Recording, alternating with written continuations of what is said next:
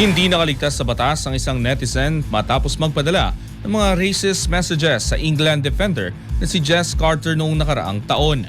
Ang ibang detalye alamin sa pag-abante ni Jason Gusilatar.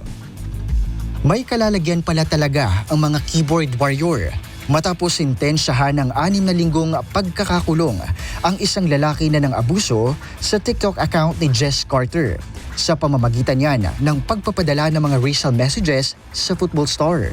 Bagamat nasuspinde ang kulong ng 12 buwan, hindi pa rin ito nakaligtas sa ibang parusa. Maliban sa pagkakakulong, pinatawan din ang suspect ng 4 na taong football banning order, kaya't bawal na siyang manood ng anumang live games. Kailangan din niyang mag-community work ng 10 araw at sumunod sa 3 buwan na curfew bilang disiplina. Nangyari ang insidente noong Women's European Championship kung saan nagwagi ang England laban sa Spain. Agad na inireport ng 28-year-old defender ang mga natanggap na mensahe na nagresulta sa pagkakaaresto ng lalaki noong August. Ayon sa mga otoridad, magsilbi sana itong babala na may kaukulang parusa ang anumang online actions.